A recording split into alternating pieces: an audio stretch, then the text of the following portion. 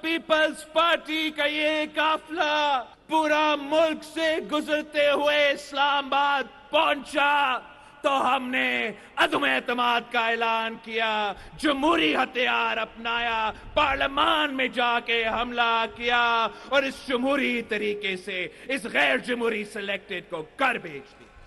اب یہ